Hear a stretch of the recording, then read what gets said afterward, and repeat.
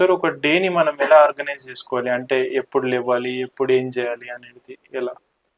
ఇప్పుడు మనకి పురాణ కాలం నుంచి కూడా ఉన్న నానుడి ఏంటంటే సూర్యుడితో పాటే సూర్యుడు అస్తమించగానే నిద్రపోవాలి, సూర్యుడి కంటే ముందు నిద్ర లెగవాలి. ఎందుకంటే బ్రహ్మ ముహూర్తం అనేది ఉంటుంది. ఎర్లీ అవర్స్ లోపల చుట్టూ ఉన్న వాతావరణంలో కూడా ఆక్సిజన్ కంటెంట్ అనేది ఎక్కువగా ఉంటుంది. కాబట్టి ఆ 3:30 నుంచి 5:30 ఆ బ్రహ్మ ముహూర్త టైం లోపల మనం ఏం చదివినా కూడా మన మైండ్ షార్ప్ గా ఉంటుంది. మన బ్రెయిన్ కి కావాల్సింది కూడా ఆక్సిజన్ కంటెంటే కాబట్టి మన ఆ సమయం లోపల ఆక్సిజన్ కంటెంట్ ఎక్కువగా ఉంటుంది కాబట్టి that is very important.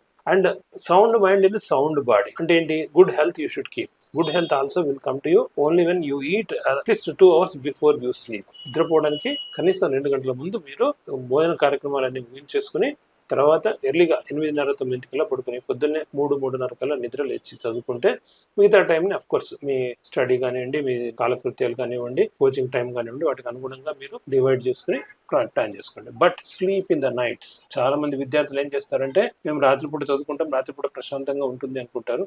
I do not advise that. దానివల్ల ఏమవుతుంది అంటే మీ బయాలజికల్ క్లాక్ అంతా డిస్టర్బ్ అవుతుంది. So try to get up early in the morning and try to sleep early in the evening.